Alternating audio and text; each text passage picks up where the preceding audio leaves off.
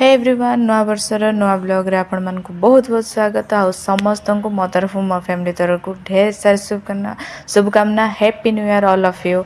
तो आज हेटिक डे रे आज कौन शेयर करी आपन सहित मुझे किसी कही पार नहीं किंतु आज माने खुशी भी लगुला दुख भी लगुला नुआ आरंभ नुआ जगार करूँ किंतु फैमिली ठारू दूर रे मुझे फर्स्ट टाइम सेलिब्रेशन कली न्यू ईयर टा। तो बहुत मन दुख भी थिला आउ सेलिब्रेशन करिवार थिला नुआ वर्षटा नुआ जीवन रो आरंभ हैला हमर। तो बहुत प्रॉब्लम रो बाहरी के इठी को आसीचो तो सेति पे सेलिब्रेशन भी करलु। तो आज रो रसे रे हेइथिला egg biryani then chicken curry हेइथिला।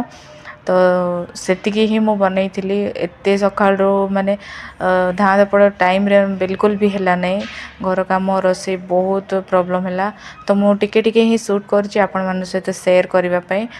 तो आपण वीडियो केमती लगुच प्लीज़ मत कमेंट करी कहिबे निश्चय जदि भल लगुच प्लीज़ लाइक करदेवे शेयर करदेवे जदि यूट्यूब रे देखछन्ती सब्सक्राइब करे फेसबुक रे देखछन्ती प्लीज़ फॉलो करदेवे।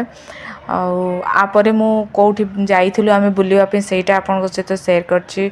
मु बाहर थिली मध्य बुलिवा पे एते भिड़ थिले तो सब जिनस आपन सहित शेयर करुछि। आपर खाई के आमे आराम से टिके रेस्ट नेलु घंटाटे खाइबा मात्रे 3टा हो गलानी। तो सेति पे गोटे घंटा 1.5 घंटा टिके रेस्ट नहीं कि आमे पुणी बाहर पड़थलु संध्या रे बुली जिबा पे। तो कोठी को जाइथिलु कोन कोन कलु सब जिनस आपन सहित नेक्स्ट व्लॉग रे शेयर करबी प्लीज़ वीडियो को कंटिन्यू करंतु। आउ जदि भल लागुछि प्लीज़ लाइक करदेवे शेयर करदेवे।